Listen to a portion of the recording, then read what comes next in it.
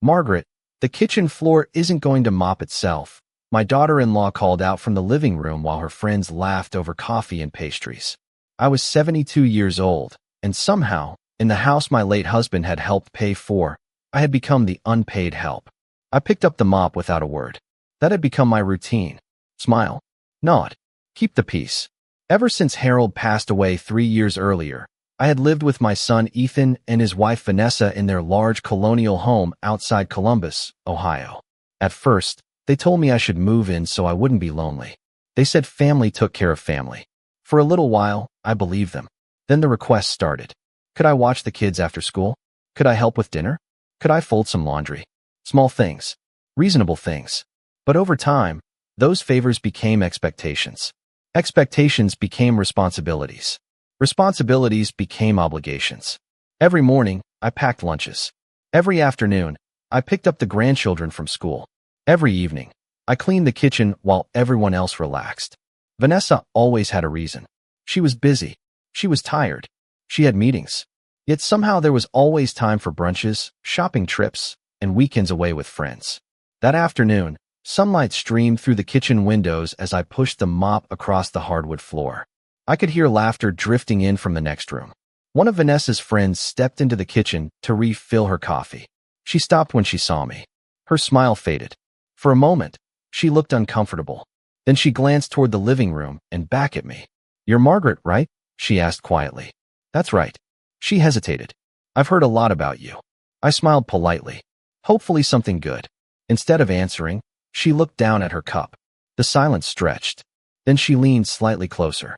"She still doesn't know?" she whispered. My heart skipped. "Doesn't know what?" I asked.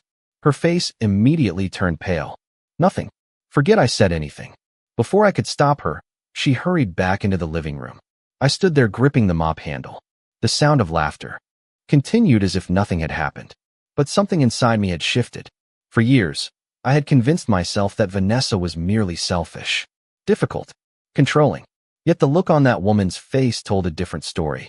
There was something else, something hidden, something everyone seemed to know except me. And for the first time in a very long time, I decided I was going to find out exactly what it was. That night, I could not stop thinking about those 4 words. She still does not know. I sat alone in the small guest room that had been mine since moving into Ethan and Vanessa's house. The room held a twin bed, a narrow dresser, and a single window overlooking the backyard. It was comfortable enough, but it never truly felt like home. Home had been the brick ranch Harold and I shared for 37 years. Home had been Saturday mornings drinking coffee together on the back porch. Home had been hearing his footsteps in the hallway before sunrise. I looked at the framed photograph on my nightstand. Harold was smiling, his arm wrapped around my shoulders during a family picnic at Alum Creek State Park. Even after all these years, seeing that smile still brought me comfort. When he passed away, everything changed. Ethan insisted I move in with them. He said it would help all of us heal. At the time, Vanessa agreed. She hugged me at the funeral and told me I would always be family. Looking back, that version of Vanessa feels like someone I imagined rather than someone who ever truly existed. The next morning, my routine began before 6 o'clock. I packed lunches, started a load of laundry, and prepared breakfast before anyone else came downstairs. Vanessa entered the kitchen around 7. Without looking up from her phone, she placed a list on the counter beside me. It contained groceries, dry cleaning, a pharmacy pickup, and 3 errands for her children's school activities. "Can you handle these today?" she asked. Not once did she say please.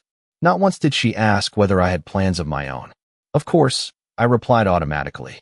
Years of keeping peace had become second nature. Later that afternoon, while putting away groceries, I noticed something strange.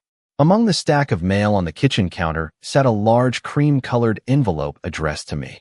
My name was printed clearly across the front. Before I could reach for it, Vanessa appeared from nowhere. She picked it up quickly and slipped it into a drawer. "Just junk mail," she said with a smile that never reached her eyes. Then she changed the subject and walked away. I stood there staring at the closed drawer. My stomach tightened. The woman at the coffee gathering. The mysterious comment. Now a letter addressed to me that I was not allowed to see. For years I had ignored small things because it was easier than asking difficult questions. But the pieces no longer felt separate. They felt connected. And for the first time, I began paying attention. Over the next few days, I started noticing things that I should have noticed years earlier. Once I began paying attention, it was impossible to stop. Vanessa had a habit of appearing whenever something related to finances came up. If Ethan mentioned taxes, she changed the subject. If a bank statement arrived, she collected the mail before anyone else could see it. If someone asked me about my plans for the future, she always answered for me. I told myself there had to be an innocent explanation. After all, people do not spend years hiding something without eventually making a mistake. Yet every small detail seemed to point in the same direction. One afternoon, I was organizing old photographs in the family room when Ethan came home early from work. I heard him and Vanessa talking in the kitchen. Their voices were low, but the house was quiet enough for certain words to carry. Did she ask about it? Ethan said. No, Vanessa replied quickly. And she is not going to. There was a pause. Then Ethan sighed. I just do not want this turning into a problem. I waited for Vanessa to explain what they were discussing. Instead, I heard cabinet doors close and the conversation ended. That evening, during dinner, I watched them carefully. Ethan seemed distracted. Vanessa seemed unusually cheerful. Every time I looked at her, I remembered the envelope disappearing into that drawer. I remembered her friend's nervous expression. Most of all, I remembered the certainty in those whispered words. She still does not know. After dinner, while everyone watched television, I went into the kitchen to make tea. As I filled the kettle, my eyes landed on the same drawer where Vanessa had hidden the envelope. My heart began beating faster. I stood there for several seconds, staring at the handle. Part of me felt guilty. Another part reminded me that the letter had my name on it. Slowly, I opened the drawer. Inside were coupons, takeout menus, school forms, and several unopened envelopes. I searched carefully until I found the cream-colored envelope. It was still there. My hands trembled as I turned it over. The return address belonged to a law office in downtown Columbus. Before I could read anything else, footsteps approached from the hallway. I quickly returned the envelope to its place and closed the drawer. Vanessa entered the kitchen a moment later. She smiled at me. The smile looked perfect. Practiced. Almost rehearsed.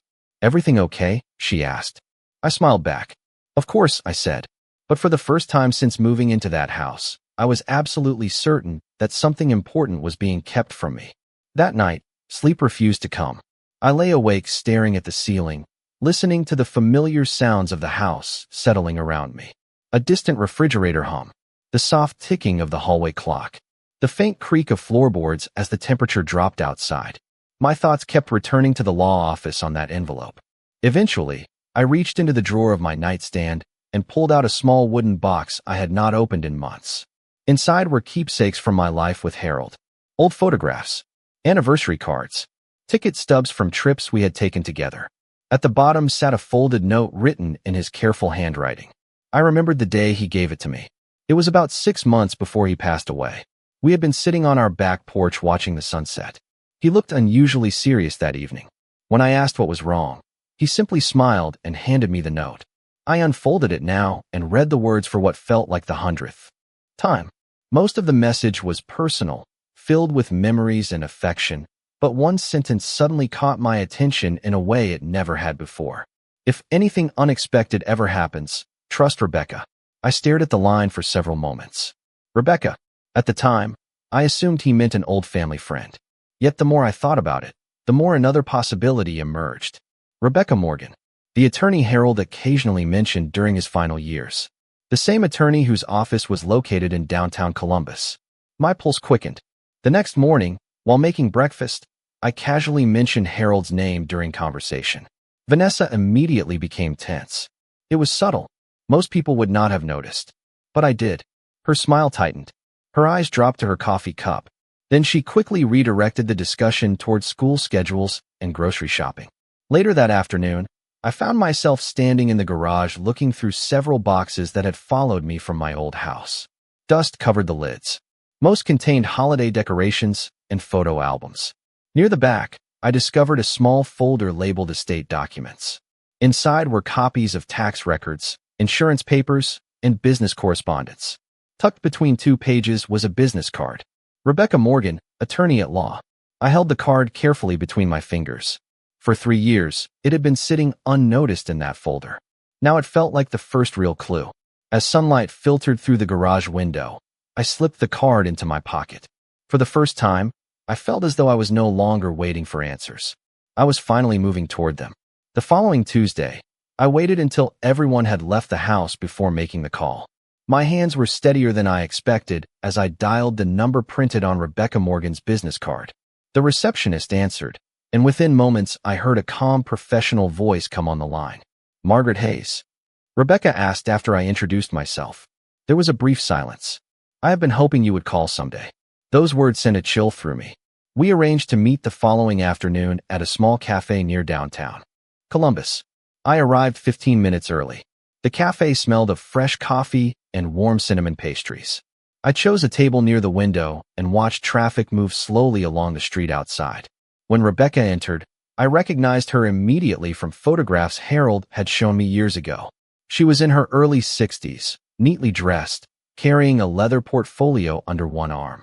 After exchanging greetings, she sat down and studied me carefully. There was kindness in her eyes, but also concern. "Margaret," she said gently, "before we discuss anything else, I need to ask you a question. Have you been receiving the correspondence my office has sent over the last 3 years?" My stomach tightened. "What correspondence?" I asked. Rebecca slowly opened her portfolio. Inside were copies of letters. Every one of them addressed to me. Every one of them mailed to Ethan and Vanessa's home. I stared at the dates. Some were nearly 3 years old. Others had been sent only months earlier. "I never received any of these," I whispered. Rebecca nodded as though she had expected that answer. "That explains a great deal." She slid one document across the table. "Your husband instructed me to contact you personally if I was unable to reach you through normal channels." My eyes moved across the page. Harold's signature appeared at the bottom. Seeing it again after all this time felt like hearing his voice. Rebecca lowered her voice. "Your husband created several protections before he passed away. He was concerned about certain matters and wanted to ensure you would always be informed." I looked up at her. "Informed about what?" Rebecca paused. For a moment, she seemed to choose her words carefully. Then she reached into her portfolio and removed a sealed folder. "Margaret," she said quietly, "there are assets and legal arrangements connected to your husband's estate that you were never told about. And based on what I am seeing, someone worked very hard to make sure you never found out." For several seconds, I could not speak. I simply stared at the folder resting on the table between us. The sounds of the cafe faded into the background. Cups clinked. People talked quietly. Somewhere behind me, an espresso machine hissed. Yet all I could focus on were Rebecca's words. "Someone worked very hard to make sure you never found out." Rebecca opened the folder and carefully arranged several documents across the table. The first was a trust agreement bearing Harold's signature. The second was a statement showing ownership interests in a small manufacturing company Harold had invested in years earlier. I recognized the company name immediately. What I did not recognize was the valuation printed beside it. The amount was far larger than I ever imagined. "Harold never mentioned this," I said quietly. Rebecca nodded. "Most people did not know about it. The company grew substantially during the last decade. Your husband intentionally kept it separate from his primary estate planning documents." My eyes moved from one page to another. There were account summaries, legal notices, and annual reports. Several pages carried highlighted notes showing attempted deliveries and returned correspondence. Letter after letter, notice after notice, all addressed to me. None ever reached my hands. "Why would someone hide this?" I asked. Rebecca hesitated. "I cannot answer that with certainty, but I can tell you what the records show." She slid another document toward me. It contained a timeline. Over the past 3 years, every major communication from her office had been mailed to the address where I lived with Ethan and Vanessa. Every one disappeared. Some had been marked undeliverable. Others received no response at all. Then Rebecca showed me something that made my chest tighten. Copies of email requests from her office asking to speak with me directly. Replies had been sent back stating that I was unavailable, uninterested, or unable to participate. The responses were signed using my name. I never wrote them. I never even saw them. I sat back slowly in my chair. Suddenly, dozens of moments from the past 3 years began fitting together. The missing mail, the interrupted conversations, the tension whenever finances were mentioned, the careful way Vanessa always seemed to position herself between me and anything connected to Harold's affairs. Rebecca closed the folder gently. "Margaret, I know this is difficult to process, but there is something important you need to understand. None of your rights have disappeared. The trust remains active. The ownership remains yours. Legally, everything is still intact. For the first time in years, I felt something I had almost forgotten. It was not anger. It was not revenge. It was clarity. And clarity can change everything. When I returned home that evening, nothing looked different. The house stood exactly where it always had. The children were doing homework at the dining room table. The television played softly in the family room. Vanessa was scrolling through her phone while dinner cooked in the oven. To anyone else, it would have seemed like an ordinary Tuesday. But I was seeing everything through different eyes. For years, I had viewed myself as a guest living under someone else's roof. Now I understood that the story I had been told was incomplete. I greeted everyone as usual. I set the table. I helped the grandchildren with a math assignment. I washed dishes after dinner. Vanessa appeared perfectly relaxed. She asked me to pick up dry cleaning the next day and reminded me about a parent volunteer meeting at school. I smiled and agreed. If she noticed any change in me, she did not show it. Later that night, I sat alone in my room reviewing the copies Rebecca had given me. The trust documents were clear. The ownership records were clear. The correspondence history was even clearer. Someone had spent years making sure information stopped before it reached me. Yet I found myself thinking about Ethan as much as Vanessa. Had he known everything? Had he known only part of it? Or had he simply chosen not to ask questions because the arrangement benefited everyone except me? The uncertainty hurt more than I expected. The next morning, Rebecca called. She explained that additional records were being gathered and that several important documents would soon need my signature. There is no rush, she said, but I recommend moving carefully. I appreciated her advice because that was exactly what I intended to do. For the first time in years, I stopped reacting and started observing. I watched who collected the mail. I watched who answered unexpected phone calls. I noticed how quickly Vanessa became interested whenever legal or financial topics appeared in conversation. Small details began revealing larger patterns. The more I paid attention, the more obvious everything became. One Saturday afternoon, Vanessa announced that she wanted to host a large family gathering the following month. She seemed unusually enthusiastic about it. Guest lists were discussed. Decorations were planned. Relatives from several nearby towns would be invited. As everyone talked excitedly around the kitchen island, I quietly sipped my coffee. Something about the timing felt important. Later that evening, Rebecca left me a brief voicemail. Additional documents had arrived. There was one final piece of information she wanted to discuss in person before any formal decisions were made. I deleted the message and slipped my phone back into my pocket. Across the room, Vanessa smiled confidently as she finalized plans for her celebration. She looked like someone who believed everything was under control. I said nothing. Sometimes the strongest move is simply allowing people to keep believing their own version of the story a little longer. The day of the gathering arrived with clear skies and warm spring temperatures. By noon, cars filled the driveway and lined both sides of the street. Relatives I had not seen in months stepped through the front door carrying desserts, flowers, and gifts for the children. Laughter echoed through the house. Music played softly from speakers in the family room. Vanessa moved through the crowd like a hostess accepting praise. Every compliment seemed to make her stand a little taller. I watched quietly from the kitchen, arranging trays of food and refilling pitchers of iced tea. Some habits are difficult to break. Several family members thanked me for all my hard work. Vanessa accepted the compliments as though they belonged to her. I simply smiled. The afternoon unfolded exactly as she planned. People ate. They shared stories. Children ran through the backyard, chasing each other across the grass. Ethan appeared relaxed for the first time in weeks. Looking around, no one would have guessed that an entirely different conversation was waiting just beneath the surface of the day. Around 3 o'clock, the doorbell rang. I knew immediately who it was. Rebecca stepped inside carrying a slim leather briefcase. She greeted everyone politely and introduced herself as an old professional acquaintance of Harold's. Most guests thought little of it. Vanessa, however, froze for a fraction of a second. The reaction was small, barely noticeable, but I saw it. Rebecca joined the gathering with calm confidence. She spoke with relatives, accepted a glass of lemonade, and blended into the event so naturally that people soon stopped paying attention to her presence. Vanessa seemed to relax again. An hour later, as dessert was being served, Rebecca approached me near the dining room table. Without a word, she handed me a sealed envelope. My name was printed clearly across the front. This time, no one could intercept it. Several relatives noticed the exchange. Ethan looked curious. Vanessa's expression changed instantly. The color seemed to drain from her face. "What is that?" she asked too quickly. Rebecca turned toward her. A document that should have reached Margaret years ago. The room grew quieter. Conversation slowed. People glanced at one another. I looked down at the envelope in my hands. 3 years of missing letters. 3 years of unanswered questions. 3 years of believing I was powerless. The weight of the paper felt surprisingly light. Yet somehow, it carried the truth that everyone had been avoiding.